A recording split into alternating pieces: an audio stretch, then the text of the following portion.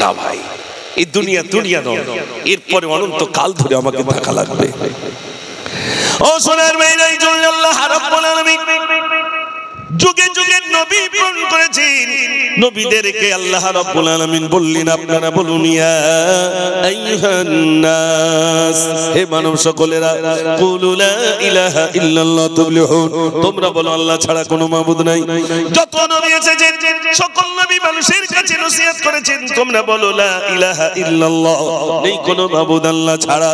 আমি আপনাদের এখানে এই 5 থেকে 6 বছর পরে এসে আপনাদের কাছে আলোচনা রাখছি, কিন্তু নূহ নবী 1 বছর নয়, 2 বছর নয়, 950 বছর ধরে মানুষের কাছে দাওয়াত দিয়েছেন, ইসলামের দাওয়াত দিয়েছেন। 950 বছর বলে বলে 40 জন আল্লাহ বললে মানা হলো। নূহ নবী রাগ করে বলেন, আল্লাহ তোমার বান্দাদের কাছে আমি 950 বছর ধরে ধরে দাওয়াত দিলাম, তোমার বান্দা মাত্র 40 জন আল্লাহ বলনেওয়ালা হলো, আল্লাহ বাকিগুলোকে তুমি শেষ করে দাও। আল্লাহ রাব্বুল আলামিন বলেন, নূহ মাটি দিয়ে তুমি কিছু পাত্র বানাও। নূহ নবী বললেন, আল্লাহ কতগুলো বানাবো? আমার আল্লাহ বললেন, অগণিত মাটির পাত্র বানাও। অগণিত মাটির পাত্র বানানো হয়ে গেল। আল্লাহ এবার কি করব? আমার আল্লাহ বললেন, নূহ মাটির পাত্রগুলো তুমি আগুন দিয়ে পোড়ানোর ব্যবস্থা করো। সবগুলো পোড়ানো হয়ে গেল। আল্লাহ এবার কি করব? আমার আল্লাহ বললেন, নূহ মাটির পাত্রগুলো তুমি রোদে তাপে শুকনো করেছো, আগুন দিয়ে পুড়িয়েছো, নিজ হাতে বানিয়েছো। এবার আগুনের পাত্র, ওই মাটির পাত্রগুলো তুমি লাইন দিয়ে দাও, আর একটা লাঠি দিয়ে সবগুলো তুমি ভেঙে ফেলো। নূহ নবী বললেন, আল্লাহ মাটির পাত্র তৈরি করলাম, রোদে তাপে শুকনো করলাম, আগুন দিয়ে পোড়ালাম, ওগুলোর প্রতি তো আমার মহব্বত এসে গেল। আল্লাহ রাব্বুল আলামিন বলেন, নূহ মাটির পাত্র বানিয়েছো তুমি, মানুষ বানিয়েছে আমি। মাটির পাত্রগুলো তুমি নিজ বানিয়েছো বলে তার প্রতি তোমার মহব্বত এসে গেল। তাহলে বলো বলো বলো, মানুষ বানালাম আমি, মাটির পাত্রগুলো যদি তোমার ভাঙতে এত কষ্ট হয়, বলো বলো বলো, আমার বান্দা দিগির মেরে দিতে কি আমি রব্বুল আলামিন আমার কষ্ট হবে না? ওই বান্দাকে তো তৈরি করেছে আমি, কত সুন্দর করে তৈরি করেছি, সৃষ্টির সেরা করে তৈরি করেছি। আমি বান্দার দিকে তাকিয়ে থাকি, বান্দা কখন আমাকে ডাকবে, যেই ডাকবে আমি আল্লাহ আমার বান্দার ডাকে সাড়া দিয়ে দেবো। একটু জোরে বলুন না সুবহানাল্লাহ।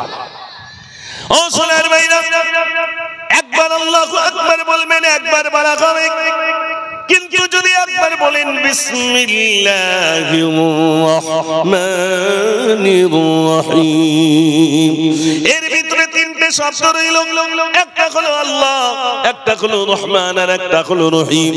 আল্লাহ নামের মানে তাৎপর্য 1000, রহমান নামের মানে তাৎপর্য 1000, রহিম নামের মানে তাৎপর্য 1000। কোন মানুষ যদি একবার বলে বিসমিল্লাহির রহমানির রহিম, ওই মানুষটা জানো মহান রব্বুল আলামিনকে 3000 নাম ধরে রাখলো। জোরে বলুন না সুবহানাল্লাহ। সাইকেলে উঠবেন, কি বলবেন? সাইকেলে উঠবেন তো কি বলবেন? একটু বলেন বিসমিল্লাহির রহমানির রহিম। বাসে উঠবেন বিসমিল্লাহির রহমানির রহিম। পানি খাবেন, কিছু না দোয়া না বলতে বলে বিসমিল্লাহির রহমানির রহিম।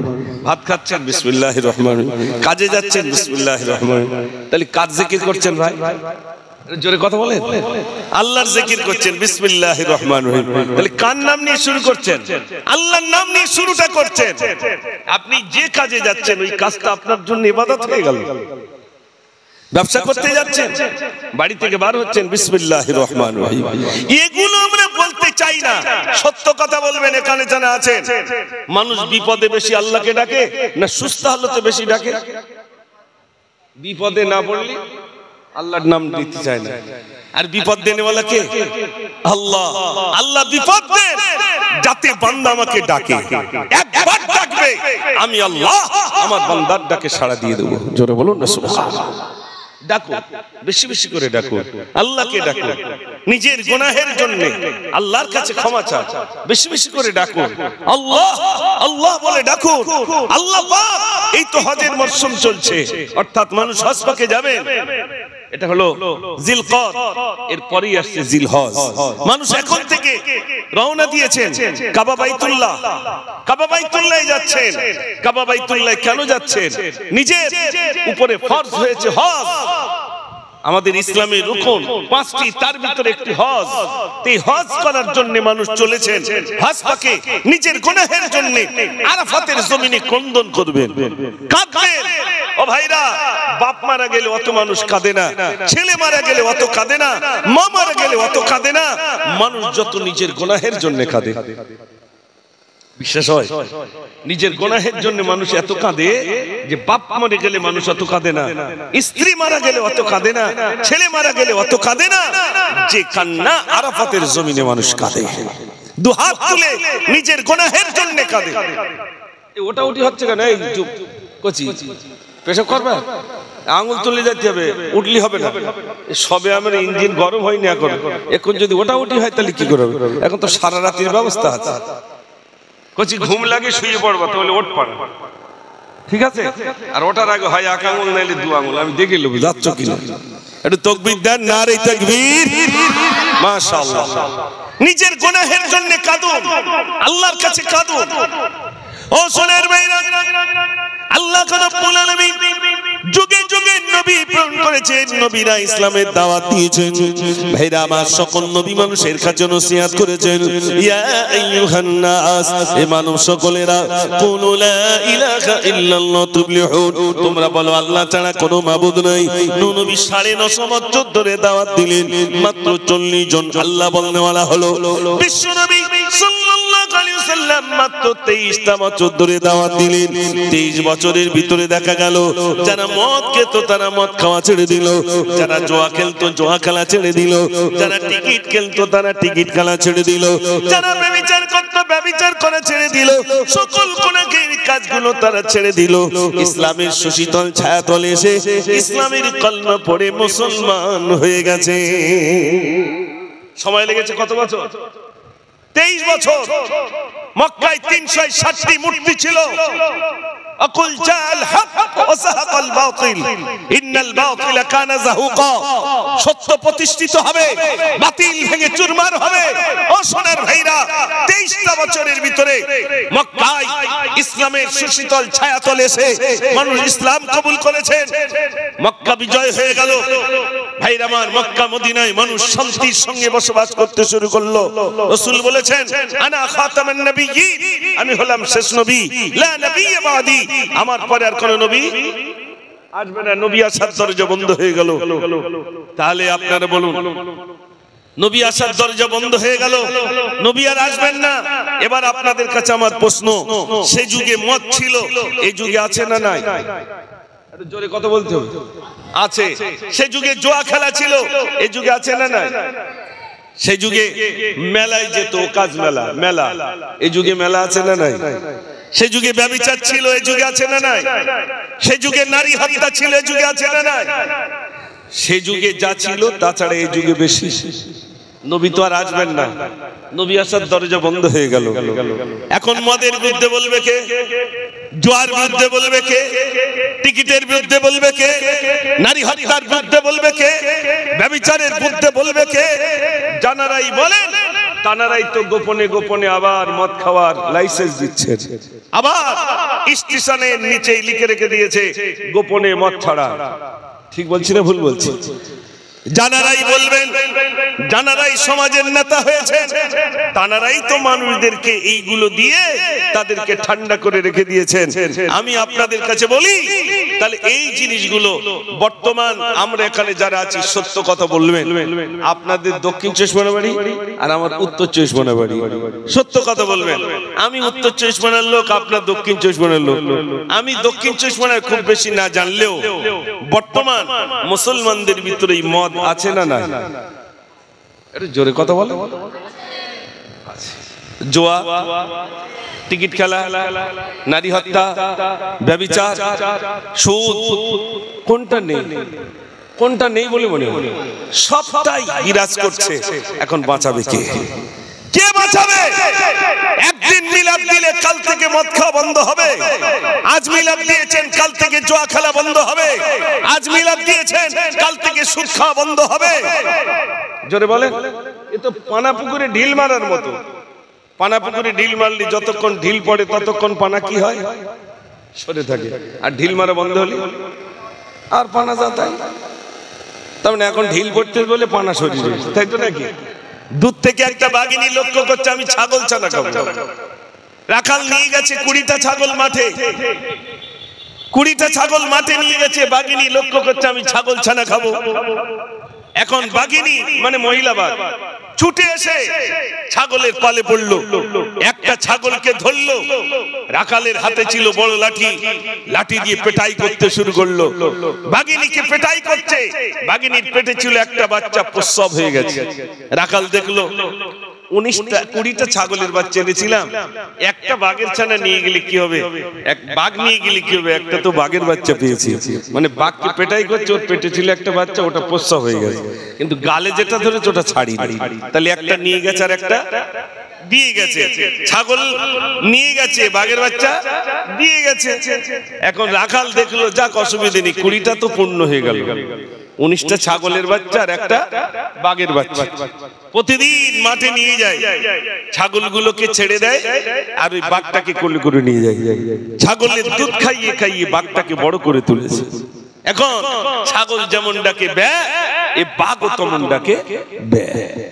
আপনি বলুন ছাগলের ডাক আর বাঘের ডাক এক না আলাদা? ভাই আলাদা, কিন্তু ছাগলের বলে মিশে মিশে বাঘের বল হয়েছে কি জোরে বলে ব্যা। ছাগলের ডাক ওর সাথে মিশেছে তো বল হয়ে গেছে ব্যা। দূর থেকে লক্ষ্য করছে একটা বাঘ, আমার জাত ভাই ছাগলের পালে কেন, ওকে বাঁচাতে হবে। তাই বাঁচানোর জন্য ছুটে এসে নিজের জাত ভাইকে যেই ধরলো ছাগলের মতো ব্যা করে উঠেছে। জাত ভাই বলছিস, জাত ভাই তুই বল হারিয়ে ফেললি, বল হারিয়ে ফেললি। আমাদের দেখে ছাগল পালাই, আমাদের দেখে ছাগল পালাই, আর আমাদের বল তুই হারিয়ে ফেললি, ওদের সঙ্গে মিশলি। তখন গালে করে ধরে নদীর তীরে নিয়ে গিয়ে দেখাচ্ছে তোর মুখটা যেমন আমার মুখটা তেমন, ছাগলের মতো ব্যবহার করছিস কেন? কিন্তু বল আসছে না ভাই, এত বলছে বল আসছে না। এখন আমরা এমন সহবতে মিশেছি বল হারিয়ে ফেলেছি। আমি মুজাফফর একদিন এসে যতই মুখ দেখাই আর বলি আমরা ওই অত সহজে বল পাল্টাবে বলে মনে হয় ভাই? একটু জোরে বলে, আওয়াজ নেই কেন আপনাদের? একটু জোরে তাকবীর দেন দেখি, নারে তাকবীর। হ্যাঁ আওয়াজ কমলে অন্তত তোরা একটু জোরে আল্লাহু আকবার বল। ওদিকে যদি আওয়াজ না হতো তো গলা ছেড়ে একটু বলে নারে তাকবীর। এই তো আপনাদের মসজিদে এখানেও আজান হয়েছিল, একজন আজান দিচ্ছিলেন আর বলছিলেন আল্লাহু আকবার, আল্লাহু আকবার। আল্লাহ মহান, আল্লাহ বড়। মুয়াজ্জিন আবার বলছিলেন আশহাদু আল্লা ইলাহা ইল্লাল্লাহ,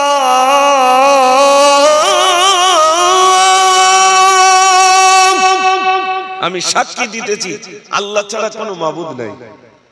মুয়াজ্জিন তারপরে বলবেন আশহাদু আন্না মুহাম্মাদুর রাসূলুল্লাহ, আমি আরো সাক্ষী দিচ্ছি মুহাম্মদ সাল্লাল্লাহু আলাইহি ওয়াসাল্লাম আল্লাহর রাসূল। এবার মুয়াজ্জিন প্রতিদিন 5 বার কি বলছে দেখেন, হাইয়া আলাস সালাহ,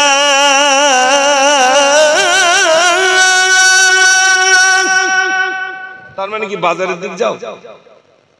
কেউ কথা বলে না, একটু কথা বলে। হাইয়া আলাস সালাহ মানে বাজারের দিকে যাও, তাহলে কোন দিক? এসো মসজিদের দিকে, তার মানে নামাজের দিকে, তাই তো? এসো নামাজের দিকে, আর আমরা যাচ্ছি বাজারের দিকে। আমি দেখেছি আজান হলি ওই কিছু মহিলা যারা মোটে নামাজ কালাম পড়ে না, মাথায় শাড়ি টাড়ি দেয় না, ওরা দেখবেন আজান হলে একটু মাথায় শাড়ি দেয়, তাই না ভাই?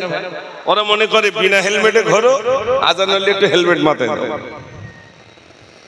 আর কিছু যুবক যারা টিভি দেখে, আজান হলে দেখবেন টিভি সাউন্ড অফ করতে বলে এই অফ কর, অফ কর, সাউন্ড অফ কর, সাউন্ড অফ কর। মানে এখন হাঙ্গামা হচ্ছে, তুই সাউন্ড অফ কর, আজান হচ্ছে।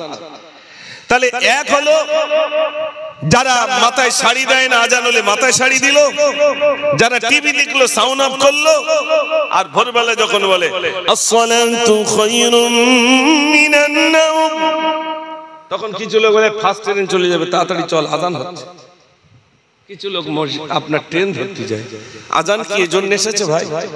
একটু জোরে বলে, আজান এই জন্য আসেনি। আমি মিলাদ করব কি? আপনার বাড়ির মুয়াজ্জিন, মসজিদের মুয়াজ্জিন প্রত্যেকদিন 5 বার করে নসিহত করছে, হাইয়া আলাস সালাহ, এসো নামাজের দিকে, হাইয়া আলাল ফালাহ, এসো কামিয়াবির দিকে, আস-সালাতু খায়রুম মিনান নাওম, ঘুম থেকে নামাজ উত্তম। আল্লাহু আকবার, আল্লাহু আকবার, আল্লাহ মহান, আল্লাহ বড়, লা ইলাহা ইল্লাল্লাহ, নেই কোনো মাবুদ আল্লাহ ছাড়া। একটু জোরে বলুন না সুবহানাল্লাহ। সোনার ভাইরা, আমি আপনাদের কাছে বলি, আমি যে জোয়ারে ভাসছি আমি আমার গন্তব্যস্থানে পৌঁছাতে পারবো না। আমার ওই জোয়ারে ভাসতে হবে।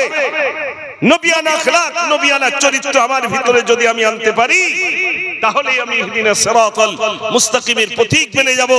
আমার প্রত্যেকটা কাজ হবে বিশ্বনবী সাল্লাল্লাহু আলাইহি সাল্লামের তরিকা অনুযায়ী। আমার প্রত্যেকটা কাজ হবে, যদি তা করতে পারি আমি সফল কাম, আর যদি তা না করতে পারি, মনে রাখবেন আমার জীবনটাই বেকার হয়ে গেল।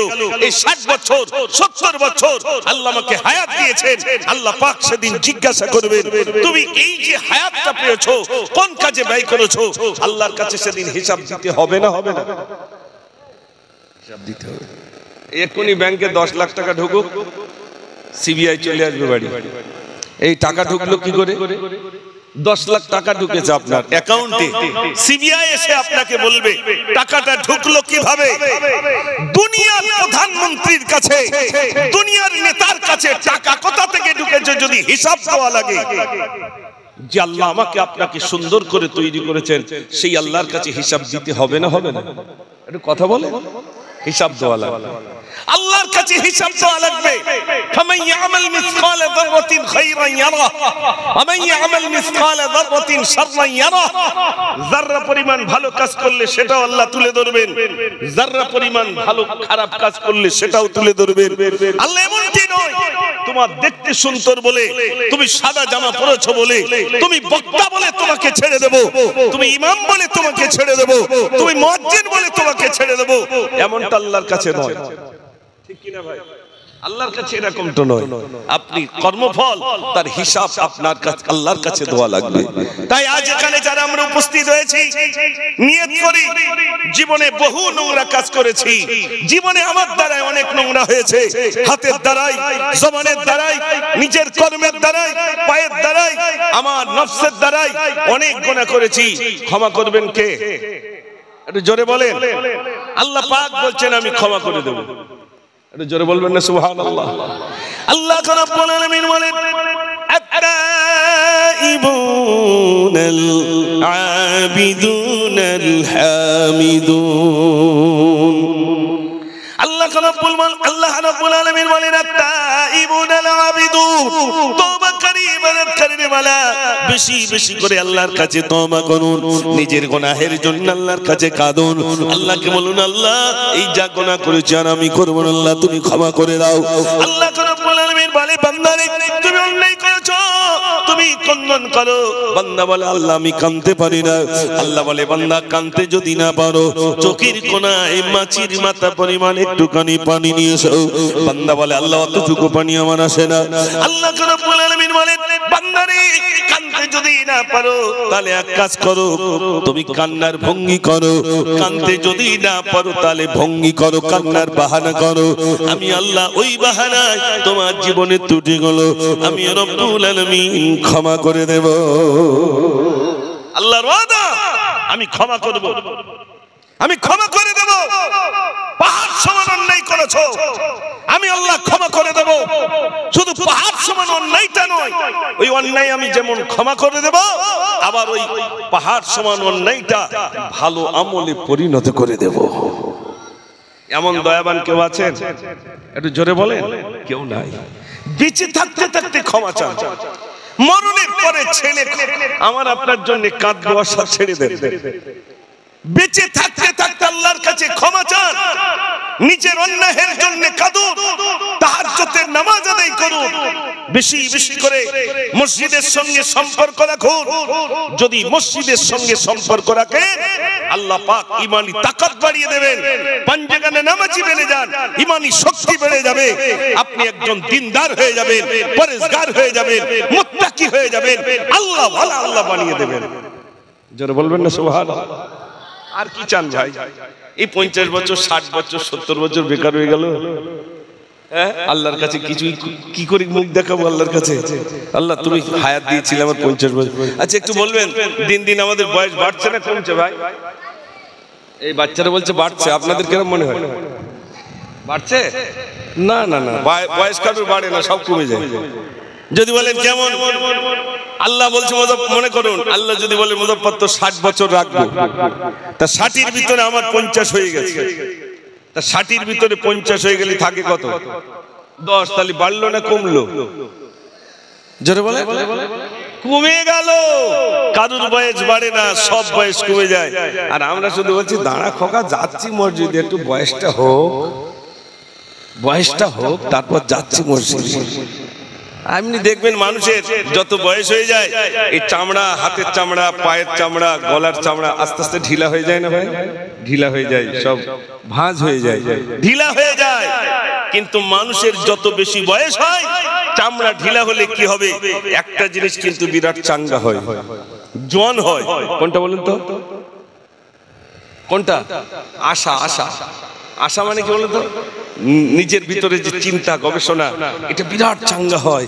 আশা, এই করব সেই করব, লোভ লালসা প্রচন্ড চাঙ্গা হয়।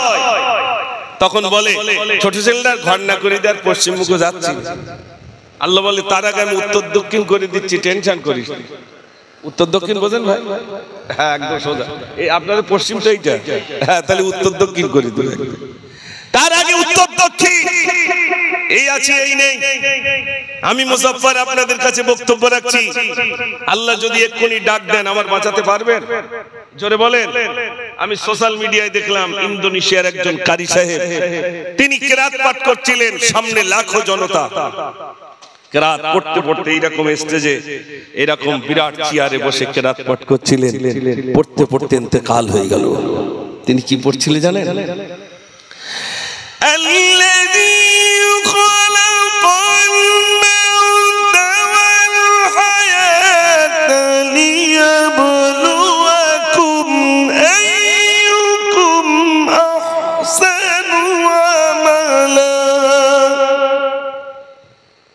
দম দিয়ে কেরাত পড়ছেন, আমালা পর্যন্ত গেছে, আস্তে আস্তে নিস্তেজ হয়ে স্টেজেই ইন্তেকাল হয়ে গেল। ডাক্তার ছুটে এলেন, বাঁচাতে পারেন, সবাই ছুটে এসেছে, বাঁচাতে পারেন, ইন্তেকাল হয়ে গেছে। ও সোনার ভাই, আমি মুজাফফরই আছি, আল্লাহ যদি ডাক দেন চলে যাওয়া লাগবে। মৃত্যুর কথা স্মরণ করুন, আল্লাহর কাছে কাঁদুন, আল্লাহ তুমি ডাক দেবে তো আমাকে চলে যাওয়া লাগবে। ছেলেবেলায় ঘুড়ি ওড়াতাম, আপনাদের দিকে ঘুড়ি ওড়ে কি বলতে পারবো না। ছেলেবেলায় আমরা এইরকম সময় খুব ঘুড়ি ওড়াতাম। ঘুড়ি যখন অনেক উঁচু উঠে যায় মাথা নাড়া দেয়, আর নিচে নামছি না, অনেক উঁচু উঠেছে তো, কিন্তু দড়ি একজনের কাছে থাকে আর বলে ঘুড়ি যতই মাথা নাড়া দিস টান দেবো তো কাশা লাগবে। আমি এখন 5 তলায় তো কিচ্ছু মনে করছি না, ভাবছি অনেকদিন বাঁচবো, আমার নেতৃত্ব অনেকদিন চলবে, আমার নেতৃত্ব অনেকদিন চলবে। আল্লাহ বলছে বেশি দিন নয়, ডাক দেব চলে আসা লাগবে। তবে যে কদিন তুমি নেতৃত্ব দিচ্ছ, আমি নেতৃত্বের আসনে তোমাকে বসিয়েছি, তুমি যদি সঠিকভাবে নেতৃত্ব দিতে পারো আমি আল্লাহ সেদিন তোমাকে ছেড়ে দেব।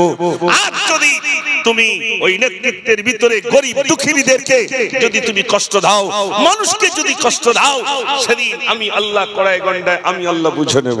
ঠিক কি না ভাই? একটু জোরে বলে। হ্যাঁ, বক্তা কত বক্তা এরকম জাহান্নামে যাবে, তা ঠিক আছে? কত আলেম কত বক্তা সব জাহান্নামে থাকবে। ওয়ানাদা আসহাবুল জান্নাতি আসহাবান নার, জান্নাতীরা জাহান্নামীদেরকে দেখতে যাবে আর বলবে আল্লাহ একটু দেখে আসি জাহান্নামে কারা কারা আছে। গিয়ে দেখবে আমার মতো কত প্লেয়ার জাহান্নামে।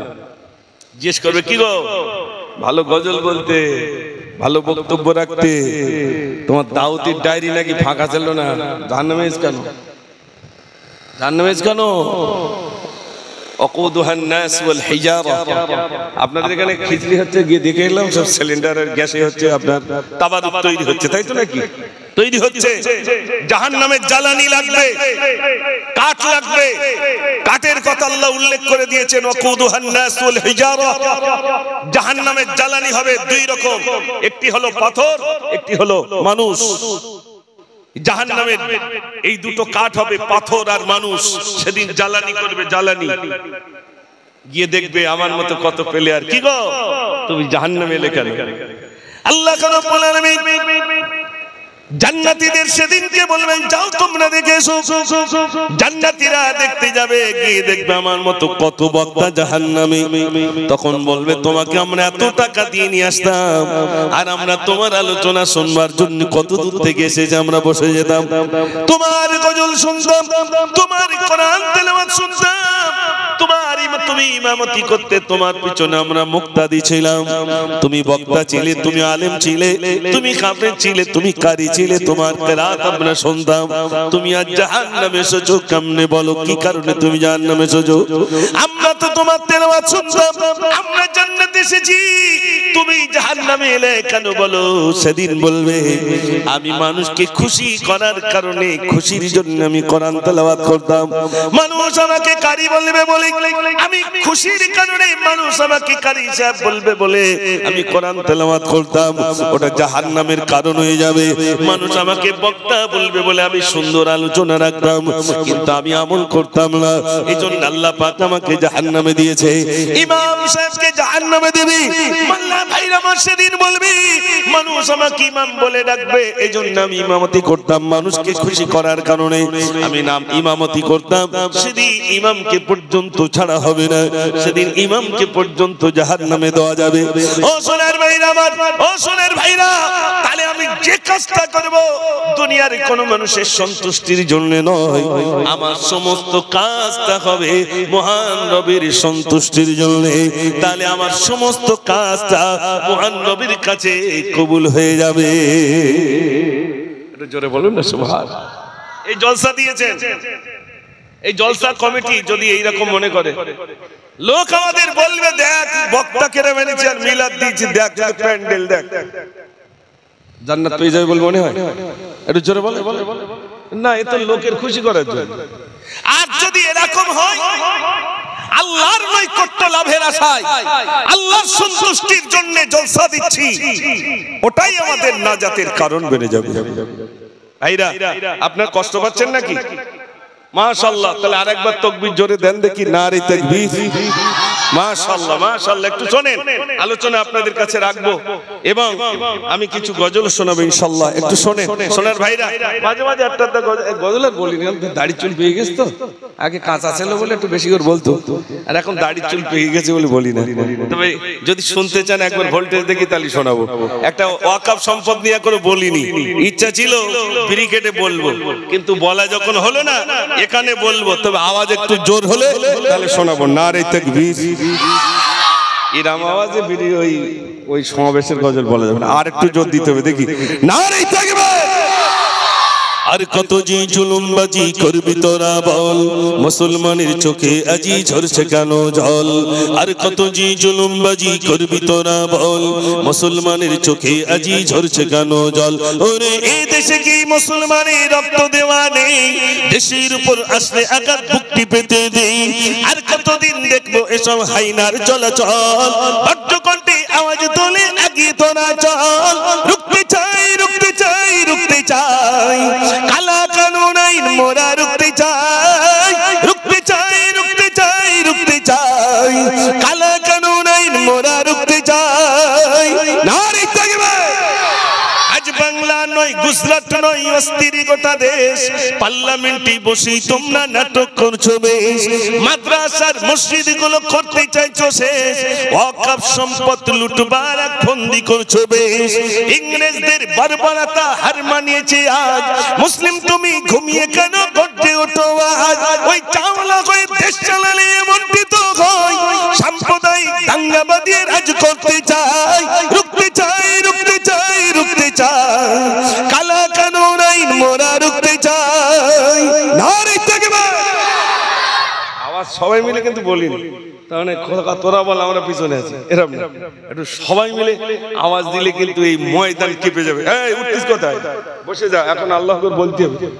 এই উঠতিস কোথায়, বস, সবে গরম হচ্ছে, তোমরা উঠো নাকি, বসো, চুপ করে বসো।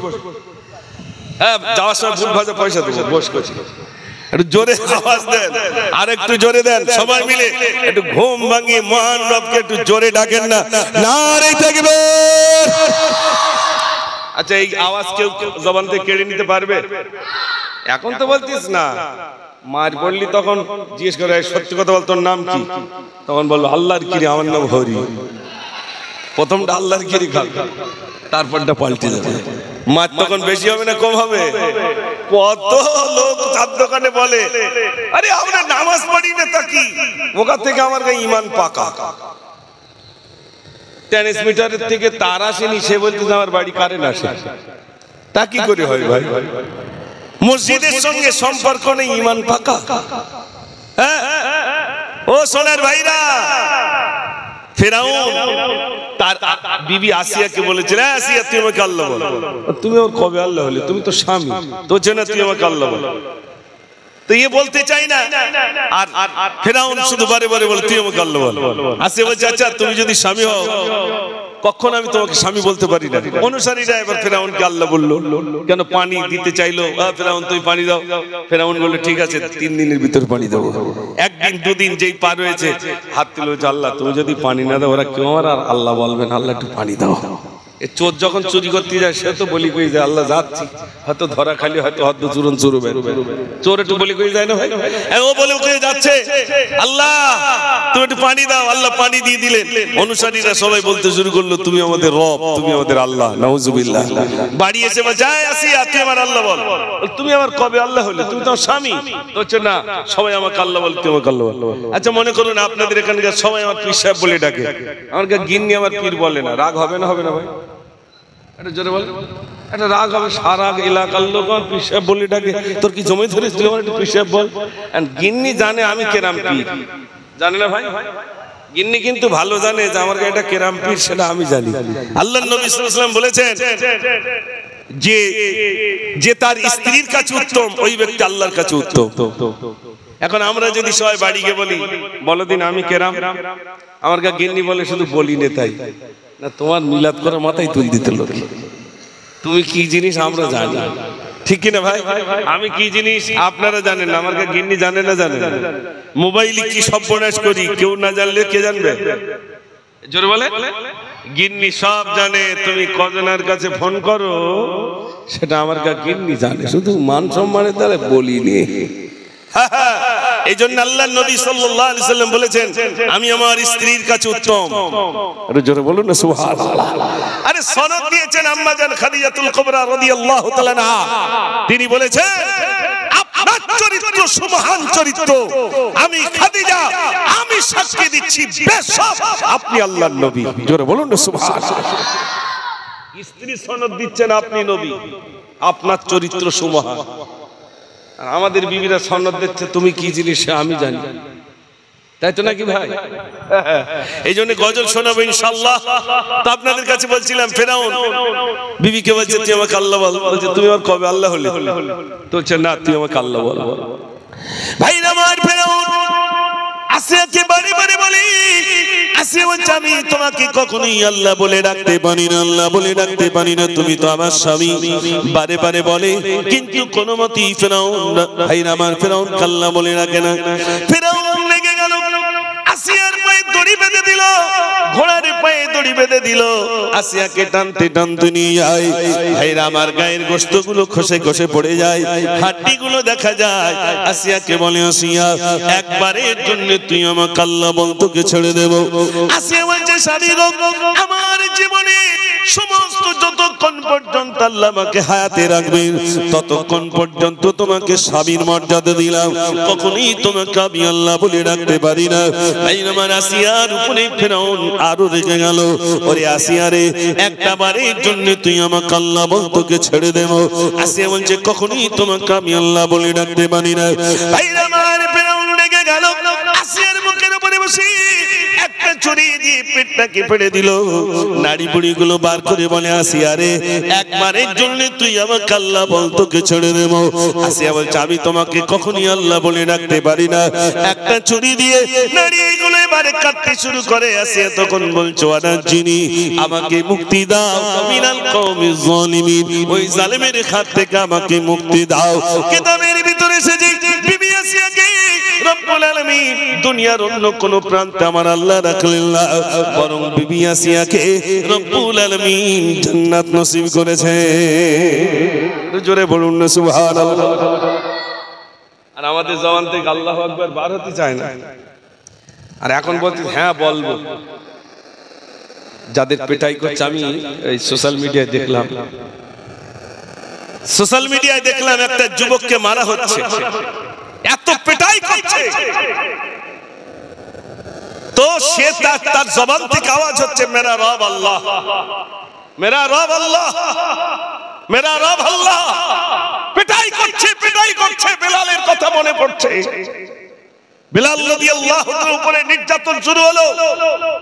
মরুভূমির উত্তপ্ত পাথরের উপরে শুইয়ে দেওয়া হলো। কোমরের চামড়াগুলো গুটিয়ে গেছে গরমে। বেলাল রাদিয়াল্লাহু তাআলার উপরে নির্যাতন শুরু হলো। সকাল থেকে সন্ধ্যা পর্যন্ত পেটাই করতে করতে বেহুশ হয়ে পড়ে যান, আবার সুস্থ হন। বেলাল রাদিয়াল্লাহু তাআলা নির্যাতন, ভাইরা আমার, আঙ্গুলগুলো খড়ম দিয়ে ভেঙে দেওয়া হলো। বেলালকে বলা হলো, বেলাল তোর মনিবকে তুই ভুলে যা। বেলাল রাদিয়াল্লাহু তাআলা ভাঙা আঙ্গুল উঁচু করে বলেছিলেন, আহাদুন আহাদুন আহাদুন, আমার আল্লাহ এক, আমার আল্লাহ এক। একটু জোরে বলুন না সুবহানাল্লাহ। পরীক্ষা আসবে, ফিলিস্তিনের মুসলমানদের উপরে পরীক্ষা এসেছে। ফিলিস্তিনের ছোট্ট ছোট্ট মাসুম শিশু বাচ্চাগুলোকে পাখির মতো গুলি করে হত্যা করা হয়েছে। ফিলিস্তিনের মুসলমানের আল্লাহর কাছে কেঁদেছেন। চোখের সামনে বিবি চলে গেল, চোখের সামনে ছেলে চলে গেল, শহীদ হয়ে গেছে। সমস্ত ঘরগুলো মাটির সাথে গুড়িয়ে দেওয়া হলো। ফিলিস্তিনের মুসলমান আল্লাহর কাছে বলছেন, আল্লাহ আমার ছেলে শহীদ হয়ে গেছে, বিবি শহীদ হয়ে গেছে, আল্লাহ আমার একটা হাত পর্যন্ত চলে গেছে, আল্লাহ সব যেতে পারে, আমরা চাই এই বাইতুল মুকাদ্দাসকে আমরা রক্ষা করতে চাই। একটু জোরে বলুন না সুবহানাল্লাহ। বাইতুল মুকাদ্দাসকে রক্ষা করার জন্য আল্লাহ প্রয়োজনে জীবন দিতে চাই, তোমার ঘরকে আমরা রক্ষা করতে চাই। ও ভাই, শুধু ঘর রক্ষা তো ওই অন্যের দুশমনের হাত থেকে রক্ষা করা একটা দিক, কিন্তু মসজিদে বেনামাজি, মসজিদে নামাজি নেই, ওই মসজিদটাকে ভরপুর করতে হবে না? হবে না? একটু জোরে বলে। মসজিদ ভরপুর করতে হবে। আপনার দাড়ি নেই তো কি আছে, আপনি প্যান্ট পরেন, আপনি গেঞ্জি পরেন, ওটা পাক থাকলেই তো যথেষ্ট। আপনি মসজিদের সঙ্গে সম্পর্ক রাখুন, মসজিদের সঙ্গে সম্পর্ক রাখুন। আল্লাহ আপনার সকল বালা মুসিবত থেকে আল্লাহ হেফাজত করবেন এবং আপনি একজন আল্লাহ ভীরু হয়ে যাবেন। একটু জোরে বলুন না সুবহানাল্লাহ। এই দুনিয়া ক্ষণস্থায়ী। 50 বছর, 60 বছর, 70 বছর, এ সামান্য। আমি মুজাফফর, আমার দেখতে দেখতে 50 হয়ে গেল। এখন অনেক বাপজি রয়েছেন 60, 70 এরকম বয়সী হয়তো মানুষ রয়েছেন, তার বেশি আর নেই। 80, 90, 95 ওরকম আর পাওয়া যাচ্ছে না। দোকানে লাঠি কিনতে পাওয়া যাচ্ছে না। আগে তো একটু বয়স্ক মানুষ পাওয়া যেত, লাঠি খুঁড়িয়ে খুঁড়িয়ে আসতো, সে লাঠি পর্যন্ত যেতে দিচ্ছে না, তার আগে বাড়ি। তাই তো নাকি ভাই? তার আগে বাড়ি। ইমাম গাজ্জালী রাহমাতুল্লাহ আলাইহির কাছে এক যুবক গেছে, হুজুর আমি একটা স্বপ্ন দেখলাম। এই ইসমিস করছিস কেন? দাঁড়া, বলিস তো গজল শোনাবো। পেশাব করবি তো যা, এত পেশাবের বেগ কেন? যা তাড়াতাড়ি যা। আবার তুই যাচ্ছিস কেন? তুমি কোথায় যাচ্ছ? পানি খেতে যাচ্ছ? আচ্ছা যাও, খেয়ে এসো। কিছু করার নেই, বাচ্চা মানুষ তো, তাও তো বসে রয়েছে। আলহামদুলিল্লাহ, আলহামদুলিল্লাহ, সবাই বলেন আলহামদুলিল্লাহ। দেখে, হ্যাঁ, বাচ্চা মানুষ তারা, এরা যে বসেছে এটাই একটা বিরাট পাওনা। যুবক ভাইরা যে এসে বসেছেন এটা একটা বিরাট পাওনা। জলসায় এখন যুবক বসতে চায় না, তাই তো নাকি? বসতে চায় না। আমি গজল এখনো শুরু করিনি, সবে একটা শুরু করেছিলাম, তো হাফ বলেছি, এখনো হাফ রয়েছে। যদি একটু জোর আওয়াজ দেন তাহলে পুরোটাই বলবো, কিন্তু গতি সম্পন্ন একটা প্রতিবাদী গজল বলতে গেলে আপনাদের জবান থেকে আল্লাহু আকবার জোরবার হলে তবেই তো বলতে ইচ্ছা হবে, সব মিনমিন করে আল্লাহু আকবার। আর যদি বলা হতো আমার নেতা তোমার নেতা, খোড়া মানুষ বলতো ইয়া করেঙ্গা ক্যা করেঙ্গা, খোড়া লাফাচ্ছে কেন বলেন তো? একটা তেল ফল দেবে না, একটা কচু দেবে না, একটা ঘর দেবে, তারই জন্য খোড়া মানুষ লাফাচ্ছে। আর আমরা এত ভালো মানুষ একটু লাফাতে পারবো না, আল্লাহর নাম একটু জোরে নিতে পারবো না? কই সবাই মিলে নেন তো নারে তাকবীর। গাড়ির কটা গিয়ার কইছি? 3টে 4টে করে গিয়ার বেরোচ্ছে এখন, এ তো প্রথম গিয়ার। ওই দ্বিতীয় গিয়ারের আওয়াজ দেখি চট যেন নড়ে। আর একবার দেন নারে তাকবীর, নারে তাকবীর। শয়তান এলাকা ছেড়ে চলে যাচ্ছে, বাবারে কোথাতে লগিয়েছে আল্লাহু আকবারের আওয়াজ। শয়তান পর্যন্ত পালাবে, পালাবে না? পালাবে না? এই আওয়াজের একটা মজা আছে, কত বেঈমান পর্যন্ত জব্দ হয়ে গেছে আল্লাহু আকবারের স্লোগান দেখে, অবাক হয়ে গেছে। কিছু কিছু মানুষ বলছে 26-এর পরে নারে তাকবীর আল্লাহু আকবার বন্ধ করে দেব। আরে ফিরাউন পর্যন্ত ব্যর্থ হয়েছে, আল্লাহু আকবার জবান থেকে কেউ কেড়ে নিতে পারেনি আর পারবে না ইনশাআল্লাহ। যতদিন আল্লাহ হায়াতে রাখবেন ততদিন আল্লাহ যেন জবান থেকে আল্লাহর নাম আমাদের জবান থেকে ব্যক্ত করিয়ে নেন। সবাই বলুন আমিন। আমরা সেই আল্লাহর নাম ভুলছি না, ভুলবো না ইনশাআল্লাহ। তবে মনে রাখবেন, আজ এখানে আমরা যারা উপস্থিত আছি, আমার বলা লাগবে না, হিন্দু মানুষ বুঝেছেন, মুসলমান বুঝতে পেরেছেন যে হিন্দু আর মুসলিমকে ভাগ বাটোয়ারা করার জন্য এই রাজনৈতিক একটা বিরাট ইস্যু তৈরি হয়েছে। তারা হিন্দু আর মুসলমানকে ভাগ করার একটা ষড়যন্ত্র করছে। আমরা বেঁচে থাকতে হিন্দু মুসলমানের ঐক্য আমরা কি বিনষ্ট হতে দেব? একটু জোরে বলেন, কখনোই না। হিন্দু মুসলমানের ঐক্য আমরা বিনষ্ট হতে দেব না। এটা সম্প্রীতির হিন্দুস্তান, সম্প্রীতির বাংলাকে অশান্তি করার জন্য তারা উঠে পড়ে লেগেছে। এখন তারা বলতে চাইছে হিন্দু হিন্দু ভাই ভাই, ছিল হিন্দু মুসলমান ভাই ভাই, এখন বলতে চাচ্ছে হিন্দু হিন্দু ভাই ভাই। আরে হিন্দু হিন্দু ভাই ভাই হয় নাকি? হয় নাকি? না, কি করে হয়? হিন্দু মুসলমান ভাই ভাই, মোরা এক বিন্দে দুইটি কুসুম। হিন্দু মুসলমান, কবি নজরুল ইসলামের সেই কবিতাটাকে বিকৃতি করেছে আবার এক সাংবাদিক, সে তো লাফায়। ঠিক বলছি না ভুল বলছি? লাফাচ্ছে। লাফানি কমে গেছে, লাফানি কমে গেছে। সত্যের জয় হবে। সম্প্রীতির বাংলাকে অশান্ত করা যাবে না। আমাদের প্রতিবাদ করতে হয়নি, হিন্দু ভাইরা গর্জে উঠেছে। এটা সেকুলার দেশ, এই সেকুলার দেশে সর্বধর্মাবলম্বী বসবাস করবে। তোমার বলার সাহস কে দিয়েছে? এখানে হিন্দু থাকবে, মুসলিম থাকবে, শিখ থাকবে, ইসাই থাকবে, নাসরা থাকবে, বৌদ্ধ থাকবে, জৈন থাকবে, সর্বধর্মাবলম্বী বসবাস করবে। একদিকে মন্দির থাকবে, একদিকে মসজিদ থাকবে, একদিকে গির্জা থাকবে। এটাই হিন্দুস্তানের সৌন্দর্য, ঠিক কি না? আমি একটা গজলের ভিতরে লিখেছিলাম, ভারতবাসী ভারতবাসী ভারতবাসী গো, ভারতবাসী ভারতবাসী ভারতবাসী গো, সম্প্রীতির পতাকা জি আমরা তুলিব, আমরা তুলিব, আমরা তুলিব। ভারতবাসী ভারতবাসী ভারতবাসী গো, ভারতবাসী ভারতবাসী ভারতবাসী গো। ক্ষুদিরামের আশফাকুল্লাহর বলিদানের দেশ, রবীন্দ্রনাথের নজরুলের জন্মভূমির দেশ। ক্ষুদিরামের আশফাকুল্লাহর বলিদানের দেশ, রবীন্দ্রনাথের নজরুলের জন্মভূমির দেশ। সাম্প্রদায়িক শিকলখানি ছিঁড়ে ফেলিব, ছিঁড়ে ফেলিব, ছিঁড়ে ফেলিব। ভারতবাসী ভারতবাসী ভারতবাসী গো, ভারতবাসী ভারতবাসী ভারতবাসী গো। একদিকে মন্দির আছে, থাকবে যে মসজিদ, মন্দিরেতে ঘন্টা বাজে শুনবো যে তাকবীর। একদিকে মন্দির আছে, থাকবে যে মসজিদ, মন্দিরেতে ঘন্টা বাজে শুনবো যে তাকবীর। ওখানে ভারত গড়তে আজি শপথ নেব, শপথ নেব, শপথ নেব। ভারতবাসী ভারতবাসী ভারতবাসী গো, ভারতবাসী ভারতবাসী ভারতবাসী গো। নারে তাকবীর।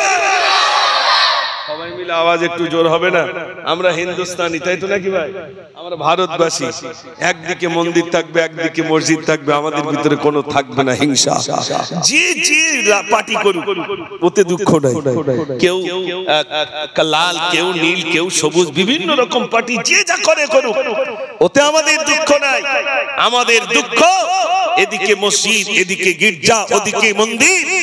এই মন্দির, মসজিদ, গির্জাকে কেন্দ্র করে যারা রাজনীতি করবে আমরা তাদের বিরুদ্ধে, ঠিক কিনা ভাই? আমরা তাদের বিরুদ্ধে। মসজিদ মাদ্রাসার উপরে আঘাত আনার চেষ্টা করছে। বড় দুঃখের কথা বলছি, মসজিদের উপরে ভাগোয়া ঝান্ডা টাঙিয়ে দিয়ে মসজিদের ইমাম সাহেবকে টেনে টুকরা টুকরা করে দিচ্ছে। মুয়াজ্জিন শুধু আজান দিয়েছে বলে 2 লক্ষ টাকা জরিমানা করা হয়েছে। মুসলমান হওয়ার অপরাধে পেটাই করতে করতে তাকে শেষ করে দেওয়া হচ্ছে। সোশ্যাল মিডিয়ায় দেখলাম তলোয়ার দিয়ে টুকরা টুকরা করে দেওয়া হচ্ছে। দাড়ি ধরে বলা হচ্ছে বল জয় শ্রীরাম বলতে হবে। হিন্দুস্তানের বুকে এটা হচ্ছে না? হচ্ছে না ভাই? হচ্ছে।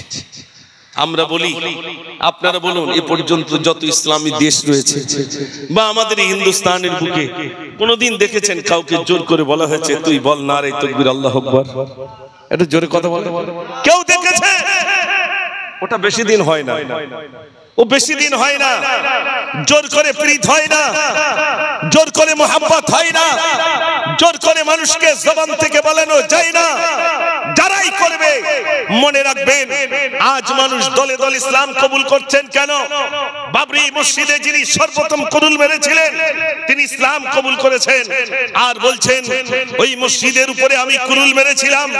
আমি যেদিন বাবরি আপনার রাম মন্দির শিলান্যাস হয় সেদিনে তিনি লাইভ এসেছেন, আর যেদিনে রাম মন্দির ভাইরা আমার উদ্বোধন হয় সেদিনেও তিনি লাইভ এসেছেন। দেখলাম তার দাড়ি আমার থেকে বড় হয়ে গেছে। তিনি বলছেন আমি সেই ব্যক্তি যিনি বাবরি মসজিদে কুরুল মেরেছিলাম, আমি এখন ইসলাম কবুল করেছি। আমি ইসলাম কবুল করেছি। আমার ওই প্রায়শ্চিত্ত মোচনের জন্য বাবরি মসজিদের উপরে কুরুল মেরেছিলাম, ওই প্রায়শ্চিত্ত মোচনের জন্য আমি এ পর্যন্ত একটা নয় দুটা নয়, আমার ওই পাপ মোচনের জন্য হিন্দুস্তানের বুকে 200 মসজিদ বানিয়ে দেব। একটু জোরে বলুন না সুবহানাল্লাহ। ভাঙলো কটা? হচ্ছে কটা? 200টা। এই পর্যন্ত 100 মসজিদ বানানো হয়ে গেছে। মুসলমানকে শেষ করা যায় না। এই দুল্প ঘাস যেরকম আপনাদের এইসব ঘাস সারা মাঠ হয়ে আছে না, এই দুল্প ঘাস যেরকম নিড়ানো অসম্ভব, মুসলমান শূন্য করা এটা জোরে বলে অসম্ভব। পারেনি, সবাই ব্যর্থ হয়েছে, সব ব্যর্থ হয়েছে। মুসলমান নির্মূল করা চাইনি। যারাই নির্মূল করতে আসবে তারা ইসলাম কবুল করবে অধিকাংশ। ওমর যাচ্ছিলেন আমার রাসূলের কল্লা কাটার জন্য। কল্লা কাটতে গিয়ে কি করেছে ভাই? জোরে কথা বলো। কলমা পড়ে নিয়েছে, ঈমান এনে নিয়েছে। আমার রাসূলের কল্লা কাটতে যাবে, দারুন নাদওয়ায় মিটিং হচ্ছে, মুহাম্মাদের কল্লা কাটবে কে বল? খাপ থেকে নাঙ্গা তলোয়ার বার করে বলছে আমি মুহাম্মাদের কল্লা কাটবো। সঙ্গে সঙ্গে ওমর বলে আমি চালাবো, মুহাম্মদকে আমি গিয়ে কতল করিব। প্রতিমধ্যে নঈম ভাইয়ের সাথে দেখা হয়, ঘরের কথা শুনে ওমর আগুন হয়। রাস্তা দিয়ে যাচ্ছেন, হযরত নঈমের সঙ্গে দেখা। তো ওমর জিজ্ঞেস করছে, নঈম জিজ্ঞেস করছেন ওমর তুমি কোথায় যাও? বলছে মুহাম্মাদের কল্লা কাটতে যাই। ছি ছি ছি ছি, এই ছাগল ছানা ধরতে পারবে? বলে ওই আবার ধরতে পারবে না? ছাগল ছানা ধরতে গেলেন, ধরতে পারলেন না, তলোয়ার নিয়ে চাই নাই। তুমি বুঝি ইসলাম কবুল করেছো? আমাকে শাসন করছো? তুমি বাড়িতে গিয়ে দেখো তোমার বোন ফাতেমা, তোমার দুলাভাই সাঈদ দুজনেই ইসলামের কলমা পড়ে মুসলমান হয়ে গেছে। তলোয়ার নিয়ে বাড়ি দিকে যাচ্ছে। আমার বোন মনে হয় কলমা পড়িস, তার মানে তলোয়ার নিয়ে ছুটে গিয়ে ফাতিমার ঘরে, তলোয়ার নিয়ে ছুটে গিয়ে ফাতিমার ঘরে, দেখে তারা দুজনে কোরআন পড়ে। জোরে বলুন না সুবহানাল্লাহ। ওমর গিয়ে বেধড়ক মেরে মেরে যায়, ওমর গিয়ে বেধড়ক মেরে মেরে যায়। বোন বলছে ভাই তুমি যতই বার নবী ভুলিলা। ও ভাই তুমি মেরে মেরে শেষ করে দিলে ইসলামের কলমা ভুলছি না ভুলবো না। বোনকে পেটাই করতে করতে একটু শান্ত হলো। বোনকে জিজ্ঞেস করছে, বোন তুমি কি পড়ছিলে? বলছে ভাই আমি কি পড়ছিলাম বলবো, আগে আপনি ওযু করুন, গোসল করুন, পবিত্রতা অর্জন করুন। পবিত্রতা অর্জন করে কোরআনে কারিমের আয়াতে কারিমা যেই দেখালেন, ওমর পাগল হয়ে গেলেন। আমার নবী কথা আমি সেখানে যাব।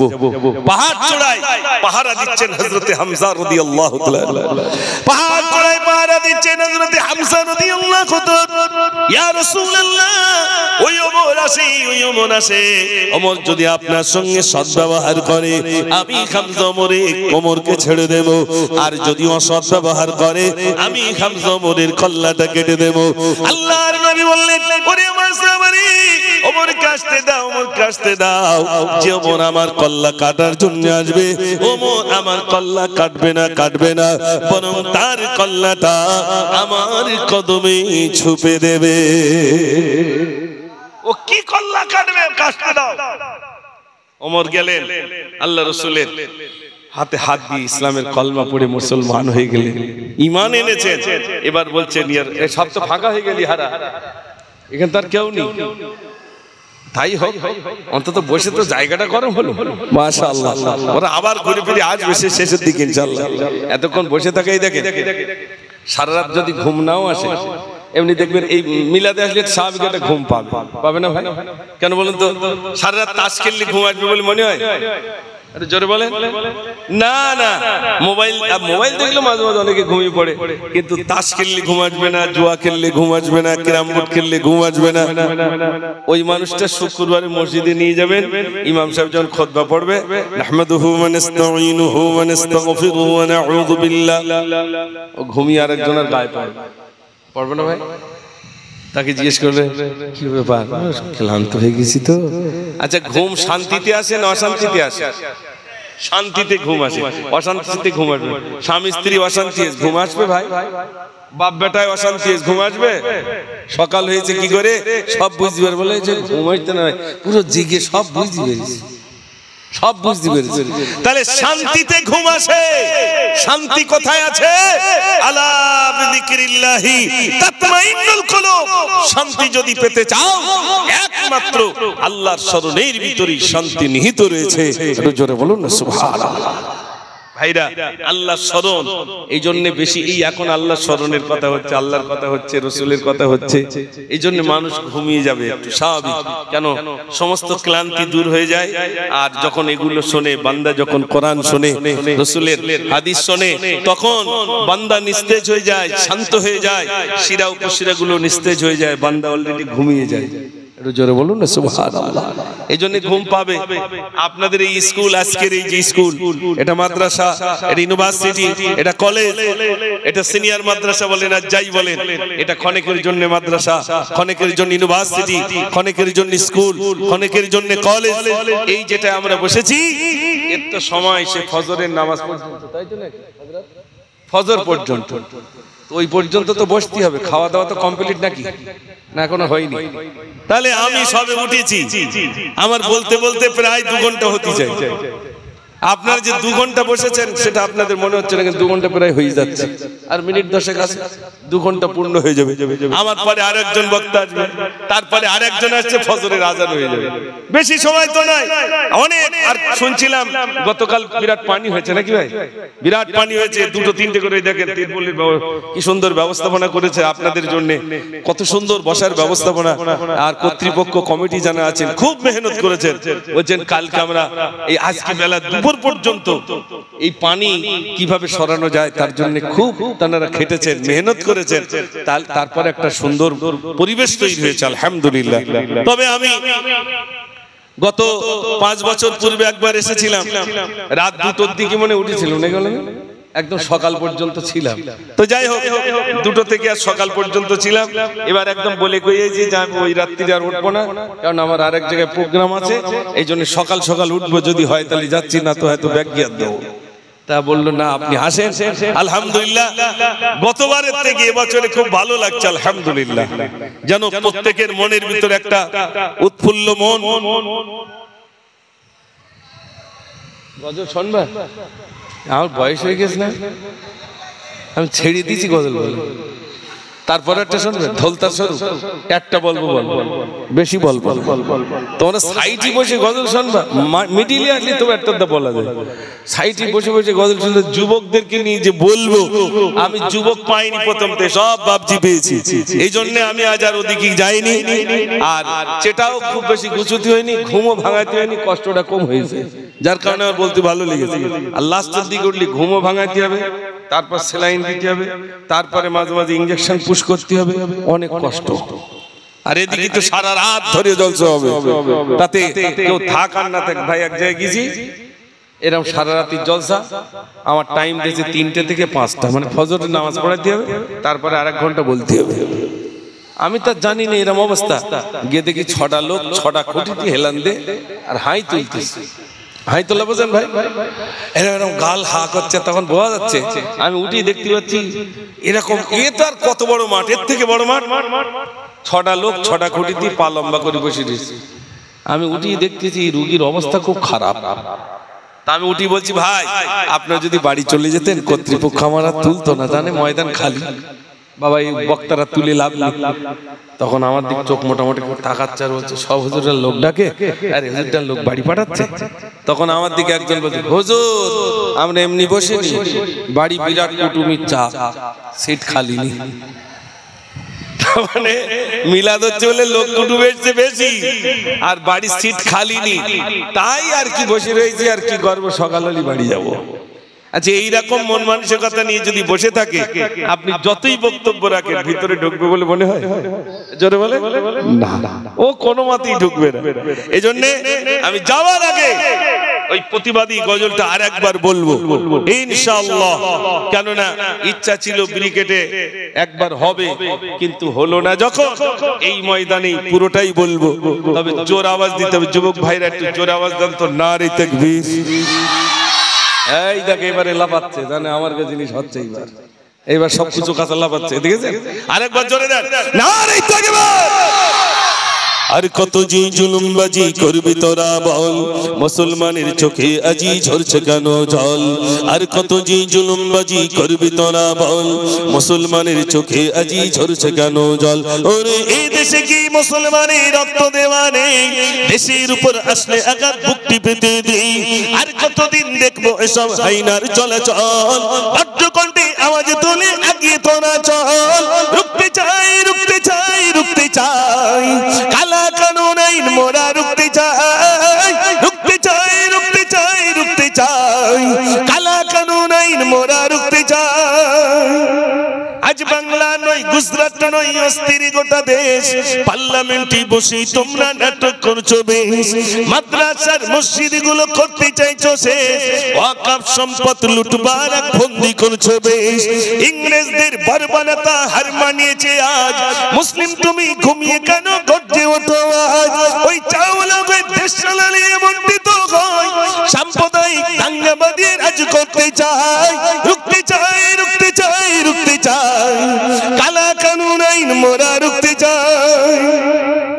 ওয়াদা ছিল সর্বধর্মের মিলনে চলবে দেশ। হিন্দুস্তানের সংবিধান আজ করতে চাইছে শেষ। অবিলম্বে ওয়াকফ বিল বাতিল করতে হবে, নইলে ঘুমন্ত বাঘ জেগে উঠে ময়দানেতে যাবে। ওই বাপ-দাদাদের সম্পদগুলো আগলে রাখতে চাই, প্রয়োজনে জীবন দিয়ে বাঁচাবো সবাই। রুখতে চাই, রুখতে চাই, রুখতে চাই, কালা কানুন আইন মোরা রুখতে চাই। নারে তাকবীর। এবার একটু আওয়াজ হয়েছে অনেকক্ষণ পরে, এবার একটু আল্লাহ আকবার যেন সবাই মিলে বলেছে। মাশাআল্লাহ, মাশাআল্লাহ। আমার কবিতায় রাগ করেছেন নাকি? মাশাআল্লাহ। তাহলে আরেকবার আওয়াজ দেন, নারে তাকবীর। মাশাআল্লাহ। একবার প্রাণ ভরে মহব্বতে দুরূদ শরীফ পড়ুন। আল্লাহুম্মা সাল্লি আলা।